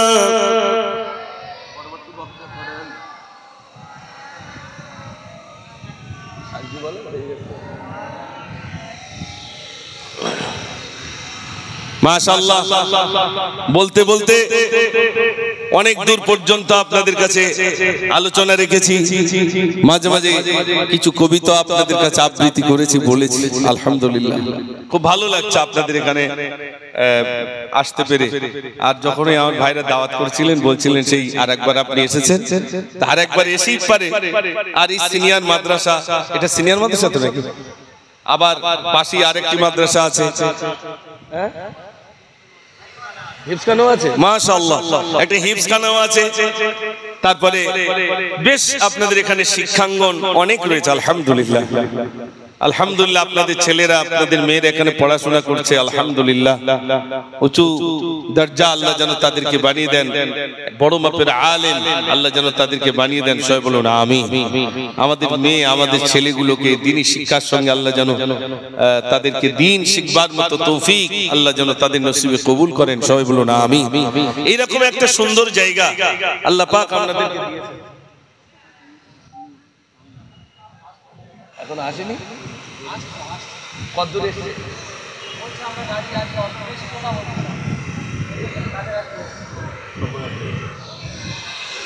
আচ্ছা আচ্ছা হ্যাঁ গজল বলবো? আচ্ছা আচ্ছা আচ্ছা একটা গজল বলছি, দাঁড়ান সবাই মিলে একটু জোরে আওয়াজ দেন দেখি। নারে তাকবীর, মাশাআল্লাহ মাশাআল্লাহ। আজি দুঃখ নেব না খুশি নেব, খোদা গো তুমি দাও না বলে, আজ দিনেতে রাসূল এলো, এই দিনে বিদায় নিলে, আজ দুঃখ নেব না খুশি নেব, খোদা গো তুমি দাও না বলে। সৃষ্টির প্রথমে সৃষ্টি যিনি, আর সে মোল্লাই রেখে তারে বিশ্ব নিখিলে জানিয়ে দিল, পাঠাবো এমন মোর দিলবরে, সেই রূপ দেখিলে বিশ্ব জাগান মোর, সেই রূপ দেখিলে বিশ্ব জাগান মোর, সেজদা করিবে দুলে দুলে, আজ দুঃখ নেব না খুশি নেব, খোদা গো তুমি দাও না বলে। নারে তাকবীর। আমার কাছে একটা বই আছে, যদি কোনো কাকা থাকেন এখানে একটু মন দিয়ে শুনবেন। আমি সম্প্রীতি বিনষ্ট করার জন্য আসেনি, দাঙ্গা বাঁধানোর জন্য আসেনি। বইটার ভিতরে লেখা আছে জাগো হিন্দু জাগো, উপরে লেখকের নাম শ্রী শ্রী চৈতন্য। আমার গ্রামে প্রচুর কাকারা আছে, বইটা তানারাই আমাকে দিয়েছেন। বলছেন কাকা আপনি তো বিভিন্ন জায়গায় বক্তব্য রাখতে যান, বইটা আপনি একটু পড়ুন। আমি বইটা পড়লাম, বইটার উপরেই লেখা আছে জাগো হিন্দু জাগো, লেখকের নাম শ্রী শ্রী চৈতন্য মহাপ্রভু। বইটার ভিতরে দেখলাম তানাকে জিজ্ঞাসা করা হচ্ছে ভারতের মুসলমানরা কোন রাষ্ট্র থেকে এসেছেন। শ্রী শ্রী চৈতন্য বলছেন এরা সব হিন্দুস্তানের মুসলমান। এত কি করে হলো? আর বলো না, মুসলিমরা যখন কোন পুকুরে স্নান করত, পুকুরের পাড় দিয়ে যদি কোনো হিন্দু ভাই হেঁটে যেতেন, মুসলিমরা গায়ে জল ছিটিয়ে দিত। আমরা তখন বলতাম ও জাত গেছে, বেজাত হয়ে গেছে, বাধ্য ইসলাম ধর্মে দীক্ষা নিয়েছে। আর কি মুসলিমরা জোর করে হিন্দু ভাইদের গালের ভিতরে গোমাংস ঢুকিয়ে দিয়ে তাদেরকে ইসলাম কবুল করানো হয়েছে। আপনারা বলুন এই কথাটা কি সত্য না মিথ্যা? একটু জোরে বলে। মিথ্যা। আমার কাকারা যদি শোনে তারা কি বলবে? মিথ্যা বলবে। তারা ভাববে নিশ্চয়ই বইতে এসেছে, নিশ্চয়ই এটা হয়েছে। কিন্তু আদত কি তাই? কাউকে জোর করে ইসলাম কবুল করানো যায়? আর ইসলাম কি সেই স্বীকৃতি দিয়েছে যে কাউকে জোর করে তলোয়ার দেখাবে, জল ছিটিয়ে দেবে, গোশত ঢুকিয়ে দেবে, এইভাবে ইসলাম কবুল করাবে? এরকম সম্ভব ভাই? সম্ভব নয়। আমি একটু বলি, আমি একটি গজল দিয়ে প্রমাণ করাবো ইসলাম কবুল করার জন্য গায়ে জল দিতে হয়েছিল না গোশত ঢোকাতে হয়েছিল? আপনারা জানেন মক্কা থেকে মদিনায় রাসূল হিজরত করলেন, মদিনা থেকে সদল বল নিয়ে মক্কা বিজয়ের লক্ষ্যে আসছেন আল্লাহ রাসূল সাল্লাল্লাহু আলাইহি সাল্লাম। একটা বুড়ি বাড়ির সমস্ত মালমাত্তা গুলো বোঝা করে রাস্তায় দাঁড়িয়ে আছে, চলে যাব। নবীজি ডাইরেক্ট বুড়িটার কাছে এসে জিজ্ঞেস করছেন, ও বুড়ি মা কোথায় চলো, এই বোঝা মাথায় নিয়ে এসেছে মুহাম্মদ চলি তার ভাই। ও বুড়ি মা কোথায় যাচ্ছেন? বুড়ি মা থমকে দাঁড়িয়ে গেলেন। শোনো শোনো বুড়ি মা, মোর কাছে তুমি বলো না, কে দিয়েছি ব্যথা তোমার, কি হয়েছে বলো না, গাটলি কানা রাখো গেতা, আমি তোমার ছেলে, গ্রাম ছেড়ে কেন তুমি এমন ভাবে এলে? ও বুড়িমা, এই গ্রাম ছেড়ে চলে যাচ্ছেন কেন? বুড়িটা থমকে দাঁড়িয়ে গেছে। আল্লাহ রাসূল সাল্লাল্লাহু আলাইহি সাল্লাম বুড়িটার কাছে এসেই জিজ্ঞেস করলেন, মা কেন চলে যাচ্ছেন? বুড়িটা চলে যাওয়ার কারণ বলছে, মন দিয়ে শুনে।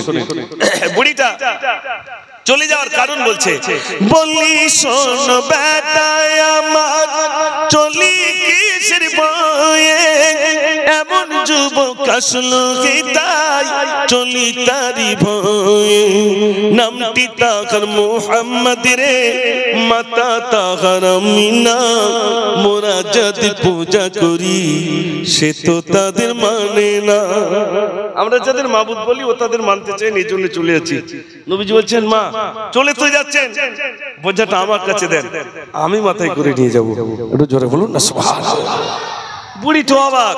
আরে বুড়ি মাকে নবীজি বলছেন, ও বুড়ি মা, ও বুড়ি মা, গাটলি কানা দাও আমায়, চলো চলি দুজনেতে, যেতাই গিয়ে সন্ধ্যা হয়, গাটলি কানা মাথায় নিয়ে আমার নবী চলে। বুড়িমা বলছেন, এমন মায়াকে দেখাবে, বুড়িমা এবার বলে, বাবা কে তুমি, আমার বোঝাটা বহন করে নিয়ে যাচ্ছ? শোনো বাবা, ওই মক্কার মুহাম্মদ না হয়ে যদি তুমি হতে, আমি গ্রাম ছেড়ে আর চলে যেতাম না। একটু জোরে বলো না সুবহানাল্লাহ। বুড়িটা জানে না যে এই সেই মুহাম্মদ সাল্লাল্লাহু আলাইহি ওয়াসাল্লাম, রাসূল মাথায় বোঝা নিয়ে যাচ্ছেন। বুড়িটা বলেই ফেললেন, মুহাম্মদ তো না আসিয়া, বাবা তুমি যদি আসিতে, গ্রাম ছেড়ে না আসিতাম, থাকতাম আমি খুশিতে, এমন মায়া তোমার বাবা, তোমার নাম কি বলো? নবীজি বলছেন, ও বুড়ি মা বলবো আমি, কোথায় যাবে চলো। কোথায় যাবেন চলুন, আমি নিয়ে যাচ্ছি। বুড়িটা বলছে, মোহাম্মদ যদি না হয়, যদি তুই হতে গ্রাম ছেড়ে যেতাম না। বাবা এরকম তো আমি দেখিনি। কি বাবা তুমি আমার বোঝাটা বহন করে নিয়ে যাচ্ছ, নামটা বলো না। নবীজি বলছে, মা বলবো চলুন না। মাথায় বোঝা রাসূলের নিয়ে যাচ্ছেন, আর বুড়িটা পিছন দিক দিয়ে শুধু বলছে, বাবা নামটা একটু বলো। নবীজি বলছে, মা বলবো চলুন না। গন্তব্যস্থানে এসে গেছেন, বোঝাটা রাখলেন, নবীজি চলে যাচ্ছেন। বুড়িটা পিছন দিক দিয়ে বলছে, বাবা সে নামটা তো তুমি বললে না বাবা। বুড়িমা বললে, বাবা ছেলে এবার তুমি চলো, যাওয়ার আগে নামটি তুমি আমার সাথে বলো। নবীজি বলেন, বুড়িমা যার বয়েতে চলেছ, আমি তো সেই মুহাম্মদ, কি ভয় তুমি পেয়েছ? জোরে বলুন না সুবহানাল্লাহ। বুড়িটা অবাক, ইস কার বিরুদ্ধে এত কথা বললাম, যার বিরুদ্ধে এত কথা বললাম, সেই মানুষটা আমার বোঝা বহন করে নিয়ে যাচ্ছে। মক্কায় এমন মানুষ দেখিনি, আমার বোঝাটা বহন করে নিয়ে যায়। বুড়িটা লজ্জায় মাথা নত হয়ে গেছে, ইস এই মানুষটার বিরুদ্ধে এত কথা বললাম। বুড়িটা এবার সিদ্ধান্ত নিচ্ছেন, দেখেন গায়ে জল দিতে হয়েছে না গালে গোশত দিতে হয়েছে, বুড়িটা সিদ্ধান্ত নিচ্ছে। কি সিদ্ধান্ত?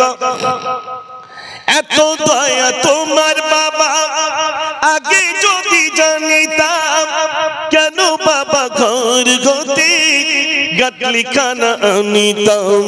ভুল করেছি বাবা ছেলে, ক্ষমা আমায় করে দাও। ইসলাম আমি করব কবুল, কলমা আমায় বলে দাও। একটু জোরে বলুন না সুবহানাল্লাহ। বুড়িটা বলছে বাবা আমাকে কলমা পড়িয়ে দাও। মনে রাখবেন, কাউকে তলোয়ার দেখিয়ে নয়, কাউকে গোশত ঢুকিয়ে নয়, কাউকে জল ছিটিয়ে নয়, বরং আমার রাসূলের আদর্শ দেখে মানুষ দলে দলে ইসলাম কবুল করেছেন। মাইকেল এইসার একটি বই লিখলেন, বইটির নাম দি 100। 100 মনীষীর নাম লিখলেন, 1 থেকে 100 পর্যন্ত লিখতে লিখতে লিখতে 1 নম্বরে যে নামটা দিয়েছেন জগৎগুরু বিশ্বগুরু জনাবে মুহাম্মদুর রাসূলুল্লাহ, সকলে বলুন সাল্লাল্লাহু আলাইহি সাল্লাম, তার নামটা 1 নম্বরে দিয়ে দিলেন। মাইকেল এইসারকে জিজ্ঞাসা করা হলো, আপনি জাতিতে খ্রিস্টান, যিশুর নামটা দিতে পারতেন, মুহাম্মদ সাল্লাল্লাহু আলাইহি সাল্লামের নামটা দিলেন কেন, 1 নম্বরে দিলেন কেন? তিনি বলছেন, সারা ওয়ার্ল্ডের মনীষীদের আমি জীবন গ্রন্থ নিয়ে পড়াশোনা করেছি, গবেষণা করেছি, আমি দেখেছি এই পৃথিবীতে একজন পয়গম্বর এসেছিলেন জানার চরিত্র, সুমহান চরিত্র, তাই তার নামটা আমি 1 নম্বরে দিয়ে দিলাম। একটু জোরে বলুন না সুবহানাল্লাহ। মাইকেল এইসারকে জিজ্ঞাসা করা হলো, তাহলে আপনি ইসলাম কবুল করলেন না কেন? এত কিছু যখন করলেন, কলমাটা পড়লেন না কেন? তিনি বলছেন, বর্তমান মুসলমানদের চরিত্র আর আখলাক দেখে আমার ইচ্ছা হয় না আমি ইসলাম কবুল করি। বড় কষ্টের কথা বলছি, আমরা আমাদের আখলাক, আমাদের চরিত্র আমরা বিনষ্ট করেছি বলে গায়র কম তারা আমাদের উপরে চেপে বসেছে। তারা বুঝেছে, বড় লজ্জার কথা বলছি, হিন্দু ভাইরা, আমাদের গ্রামে প্রচুর হিন্দু, তারা বলছে দাদা আমরা যা ছেড়ে দিয়েছি তোমাদের স্বজাতিরা তা ধরে নিয়েছে। কি বলেন তো, ওরা মদ ছেড়ে দিয়েছে, আমরা ধরে নিয়েছি। বড় দুঃখের কথা বলছি, ওরা দুঃখ করে বলে আমাদের স্টেজে আর আমরা চান্স পাচ্ছি না তোমাদের জ্বালায়। মানে আমাদের স্টেজে আমরা চান্স পাচ্ছি না, মানে বুঝতে পারছেন, হাঙ্গামা এরা আগে এগা জ্বালায়, ওরা চান্স পাচ্ছে না, তাই দুঃখ করে বলছে তোমাদের জ্বালায় আমরা চান্স পাচ্ছি না। আমার কথায় রাগ করছেন নাকি আপনারা? আমার সোনার ভাইরা, এই জন্য বলবে আসুন পরিবর্তন হই, নিজের জীবনটাকে পরিবর্তন করি।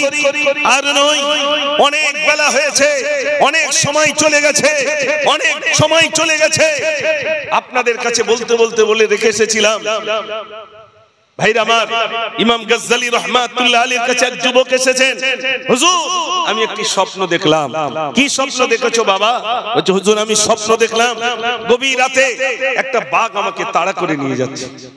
বাঘের তাড়ায় বেশ কিছু দূর চলে গেলাম, সামনে গিয়ে দেখলাম একটা বিরাট রশি ঝুলছে, ছুটে গিয়ে রশিটা ধরলাম, নিচে দেখলাম বিরাট গর্ত, গর্তের দিকে লুকাতে গেলাম, নিচের দিকে তাকিয়ে দেখি বড় বড় সাপ পোকামাকড়।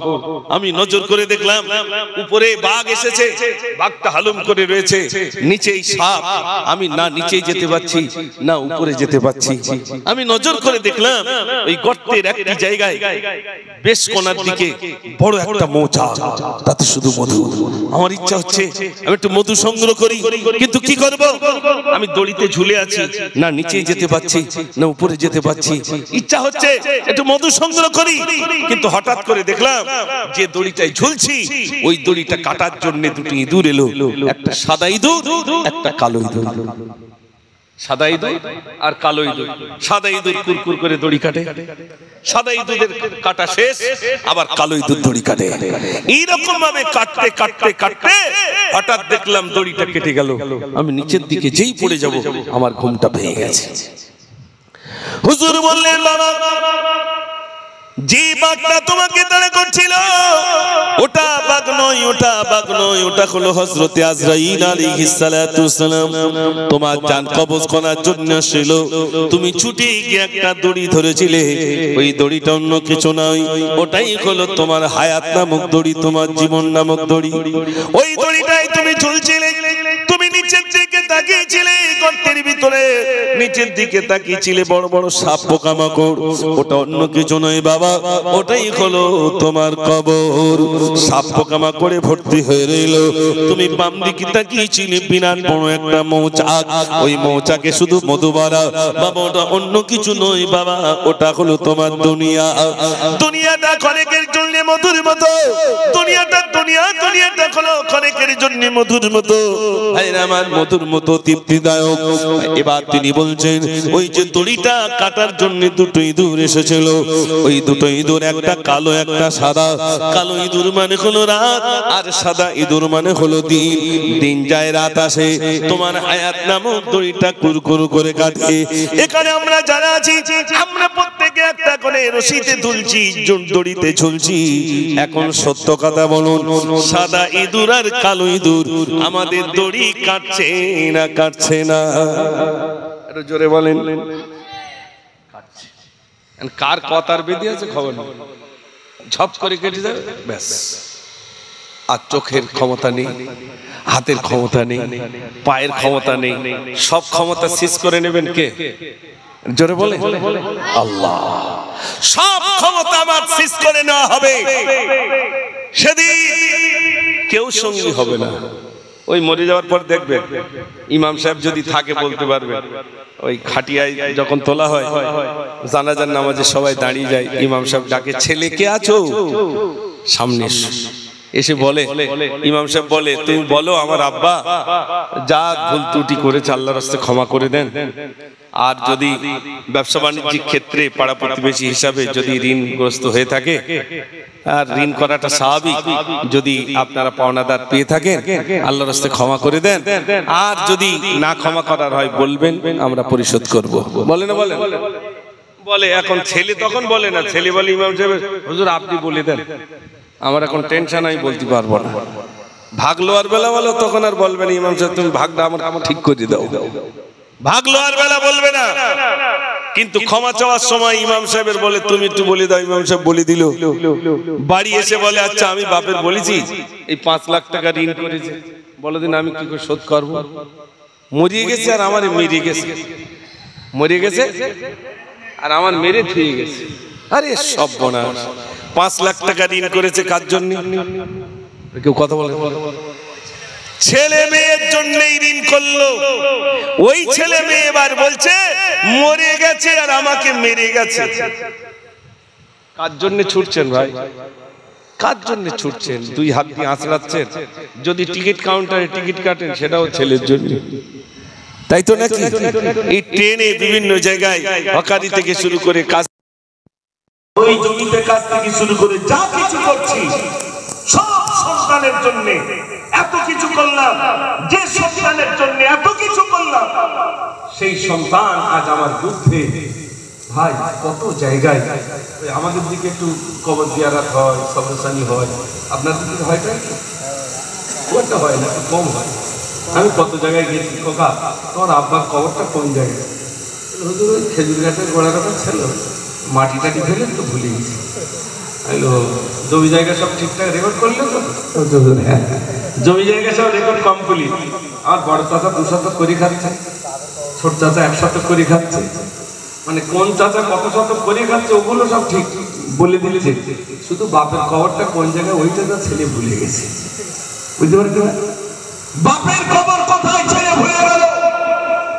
বাপের রেখে যাওয়া সম্পদগুলো সব রেকর্ড কমপ্লিট, তাতে অসুবিধা নেই। আরো বলবে শরীরের সম্পত্তি 1 শতক ছাড়ব, জীবন চলে যায়। ওরে বাবা রে ভাইরা, এই জন্য বলি ভাবছেন ছেলে আমার জন্য বিরাট ওয়াকায়াত করবে, একটু কোরআন তেলাওয়াত করবে, ও আশা ভুলে যায়, ও আশা ভুলে যায়। এই রমজান গেল, বউটা বলতে শাশুড়ির জব্দ করবো, ওর হেফতার থাকবো না, শাশুড়ির জব্দ করবো। কে জব্দ করছে ভাই? আর কথা বলে বৌমা, বৌমা বৌমা বলছে শাশুড়ির জব্দ করবো, হেফতার দেবো না। বৌমা জব্দ করছে, এমন জব্দ করলো শাশুড়িকে আর শ্বশুরকে।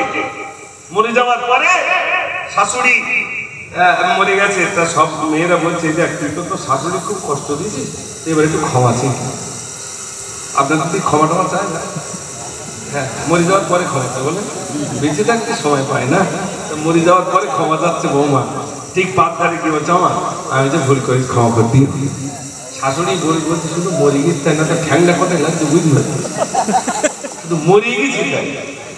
ভাইরা এই জন্য বলি, আজ এখানে যারা আছে নিজের জীবন তৈরি করুন, নিজের হিসাব নিজেকেই দিতে হবে, কেউ আমার হিসাব দেবে না।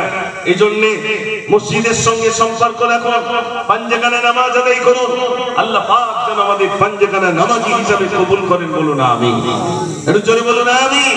নামাজ পড়বো তো সবাই ইনশাআল্লাহ, একটু হাত তোলেন ইনশাআল্লাহ, তাকবীর দেন, নারে তাকবীর, নারে তাকবীর। 5 ওয়াক্ত নামাজ জামাতের সহিত পড়বো ইনশাআল্লাহ, সবাই বলুন ইনশাআল্লাহ।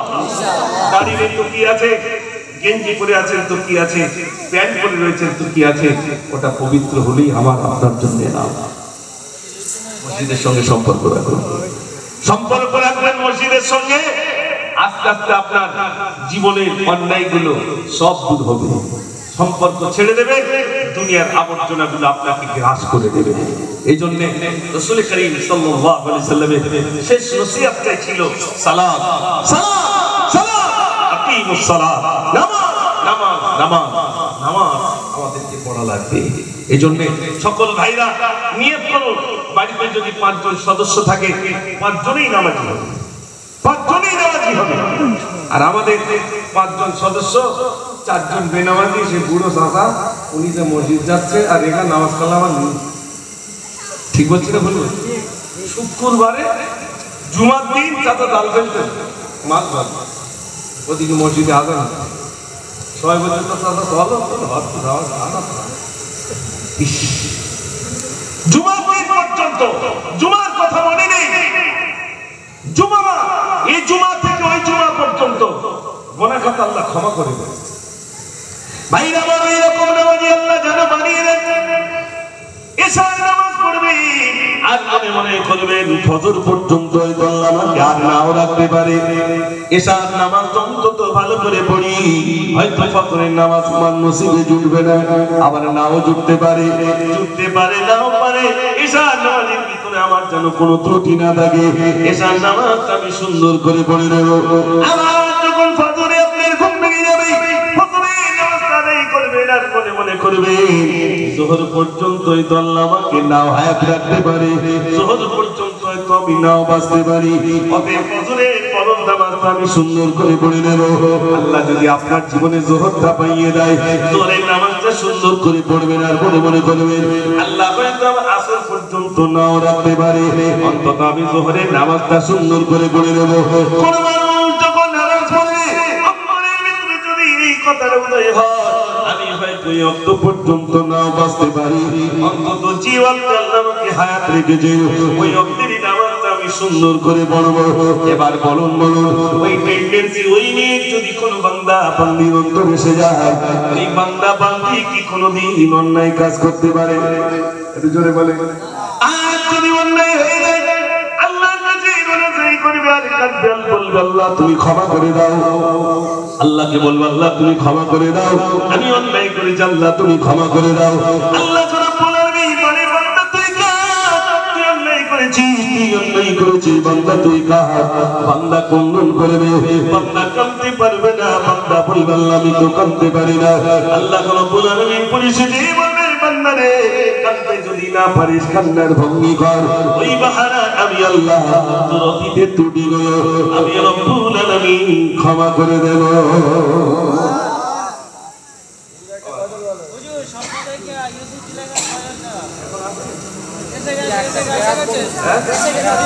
দুঘন্টা পার হয়ে গেছে,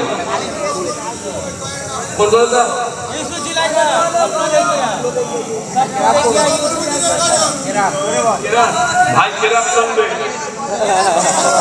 আচ্ছা বলি ভাইটা বিসমিল্লাহির রহমানির রহিম।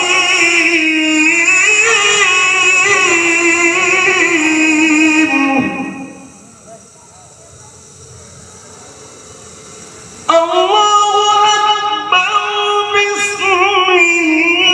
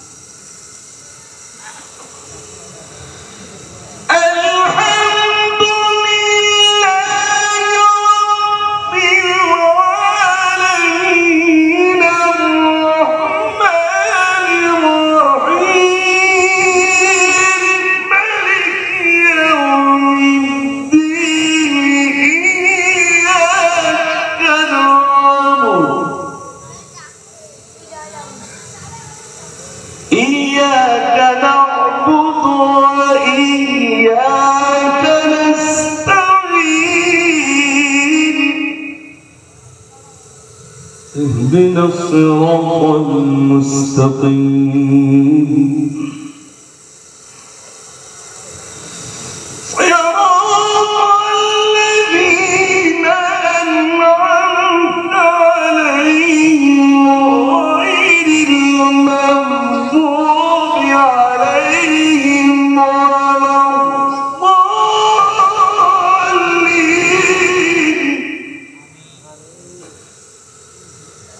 غير المغضوب عليهم ولا